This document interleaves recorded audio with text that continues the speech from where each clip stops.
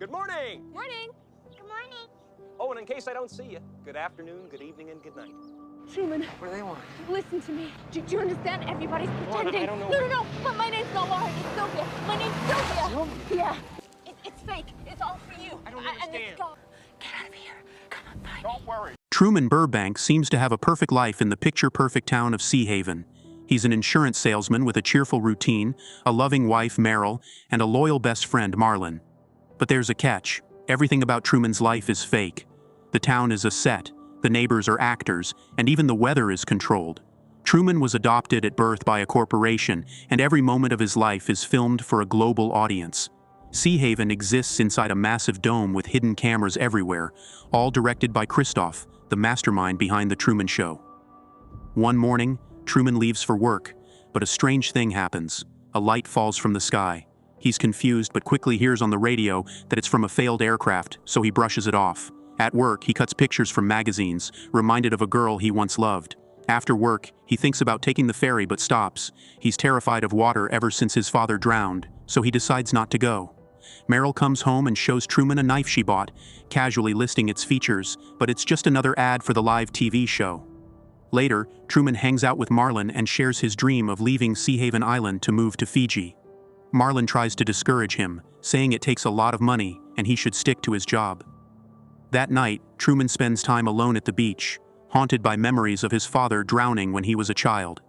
As it begins to rain, Truman heads home and tells Meryl he wants to travel the world.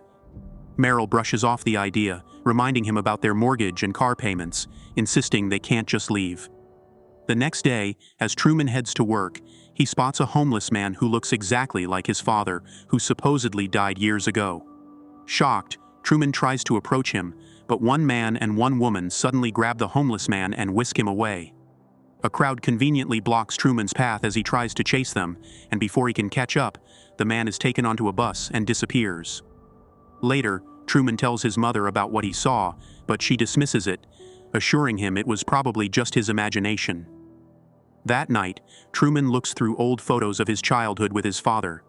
Among them, he finds a sweater that belonged to Lauren, the girl he had a crush on in school. Meanwhile, in the real world, millions of viewers watch Truman live on the 10,910th day of his life. The story flashes back to Truman's school days, where he first notices Lauren. Their brief, meaningful interactions are constantly interrupted, and Meryl suddenly steps in, introducing herself to distract Truman, steering him away from Lauren. One day, Truman spots Lauren at the library. He nervously asks her out for the weekend, but Lauren insists they go out right now, saying it's their only chance.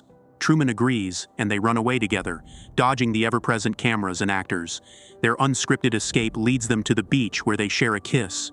But then, Lauren drops a bombshell. She tells Truman that his life is part of the world's biggest reality show. Everything around him, the sand, the beach, even the people, is fake. She warns him that now someone will come to take her away because she's not part of the script. Before Truman can process this, a man claiming to be Lauren's father shows up. He insists she has mental health issues and apologizes to Truman, saying they're moving out of town. Lauren, resisting, shouts that the man is lying and begs Truman not to believe him. But in the chaos, she leaves behind her sweater, something Truman keeps as a memory.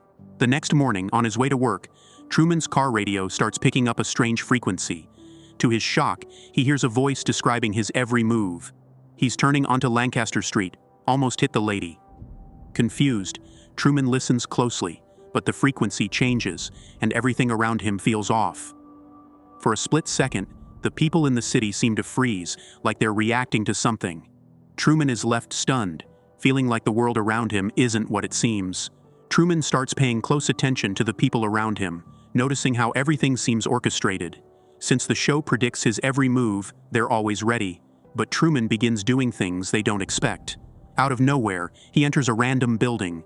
Unprepared for this, the production scrambles. Truman sees something strange, people eating lunch inside a fake elevator. Before he can investigate further, security swiftly removes him. Shaken, Truman immediately confides in his best friend Marlon. He shares his suspicions, telling Marlon that his whole life feels like a setup and revealing plans to leave the island. Later that day, as Truman flips through his wedding album, he notices something unsettling. In one of the photos, Meryl's fingers are crossed, fueling his doubts even further.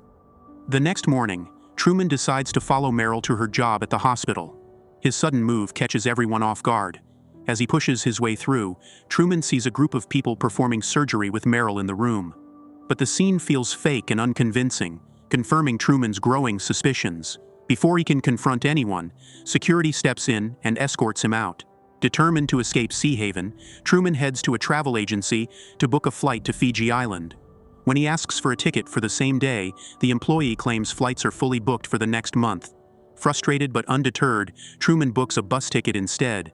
As he boards, he's hopeful, but the driver fakes a mechanical issue and announces the bus can't run. Truman, once again, is blocked from leaving the island. Meryl returns home from work, but Truman is waiting for her in the car. He points outside and predicts what will happen. A woman will pass by, then a man with flowers, followed by a Volkswagen. One by one, it happens exactly as he says. Truman tells Meryl they're stuck in a loop, and something isn't right. Truman suddenly announces they're leaving for Fiji immediately. He starts the car and drives, but then changes direction, saying they're going to Atlantic City. Suddenly, a traffic jam appears out of nowhere, blocking his path. Suspicious, Truman switches direction again, heading toward the way to Fiji. This time, the road is clear, and they seem to be making progress. As they approach a water bridge, Truman freezes. His deep fear of water takes over. Closing his eyes, he hands the wheel to Meryl and insists she drive. They make it across the bridge, but their path is blocked again, this time by police claiming there's a gas leak at the plant ahead. Truman agrees to turn back, but when the cop thanks him by name, Truman realizes something is off. Shocked that the officer knows him, Truman bolts from the car. He runs as fast as he can, but the actors on the show quickly catch him. They drag him back home, dropping both him and Meryl off. Truman's suspicions deepen, but he's still trapped. Back at home, Meryl tries to calm Truman by offering him cocoa beans, but her overly rehearsed tone makes it sound more like an advertisement. Truman stares at her, confused and frustrated, until he finally grabs a knife and demands answers. Meryl, terrified, blurts out, "Do something!" But not to Truman, to the hidden cameras. Truman is left even more puzzled. Before things escalate, Marlon arrives with beers, breaking the tension. Truman and Marlon sit outside, and Marlon speaks to Truman with brotherly affection, urging him not to leave. But unbeknownst to Truman, every word Marlon says is being fed to him by Christoph, the show's creator, through a hidden earpiece. Marlon suddenly reunites Truman with his father, who Truman thought had drowned years ago. Overwhelmed, Truman cries, embracing his father. In the real world, viewers watching the live show are equally moved, praising the heartwarming moment. Behind the scenes, the show's team celebrates their success, proud of the emotional spectacle they've just delivered. The camera pans out, revealing the massive scale of Sea Haven, a fake city built entirely inside a colossal dome in Los Angeles, with every moment of Truman's life controlled and televised. In the next scene, Christoph gives a live interview sharing insights about running the Truman Show. He admits it's been challenging, especially with people from the outside world attempting to disrupt the show. He explains how they shaped Truman's life to keep him in Sea Haven, even scripting his father's drowning to instill a fear of water, ensuring Truman never leaves the island. The interviewer opens the floor to audience questions. One caller asks about the cameras, and Christoph reveals they use over 5,000 cameras to cover every angle of Truman's life. He also shares that Truman was adopted by the corporation, chosen from all babies born at the time, and the show runs 24/7 without commercials, using product placements as ads instead. Christoph teases future episodes, hinting that Meryl will soon leave Truman and a new love interest will be introduced, and then the interview ends. The next day, Truman begins his routine as usual, greeting his neighbors, meeting the twins, and heading to work. At work, his boss introduces Vivian, and they exchange polite smiles. Everything seems normal, but the cracks in Truman's world are starting to show. That night, the show team monitors Truman, who appears to be sleeping in the basement. When Christoph takes a closer look, something seems off. He sends Marlon to check, only for Marlon to discover that Truman is gone. He's escaped. Panic sets in, and Christoph orders the show to pause. In the real world, the audience is left stunned, realizing Truman's disappearance isn't part of the script. The entire show team and actors search frantically for Truman across the city. As the night makes it harder to spot him, Christoph orders the team to fast forward to sunrise, illuminating the city. While scanning the sea, Kristoff finally locates Truman. He's on a boat, determined to leave the island. The show goes live again, and the audience, glued to their screens, watches anxiously. Kristoff launches a rainstorm program to stop Truman, intensifying the waves and even striking him with simulated lightning. Despite the chaos, Truman fights to survive, refusing to give up. The audience cheers for him, rooting for his escape. Against all odds, Truman withstands the storm, and his boat suddenly crashes into a wall, the edge of the dome. Shaken but determined, Truman gets off the boat, walks along the edge, and discovers a staircase leading to a door marked Exit. Kristoff's voice echoes from the sky, revealing the truth about Truman's life. He explains how Truman has been the star of the show, living in a carefully crafted world built just for him. Kristoff offers him a choice: stay in Sea Haven, where he's safe and adored, or walk through the door to freedom. The entire world holds its breath, watching the moment live, including Lauren, waiting to see what Truman will choose.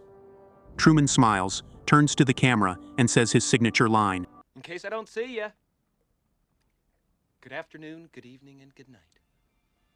He steps through the exit door, leaving Sea Haven behind. The world celebrates, and Lauren rushes to meet him.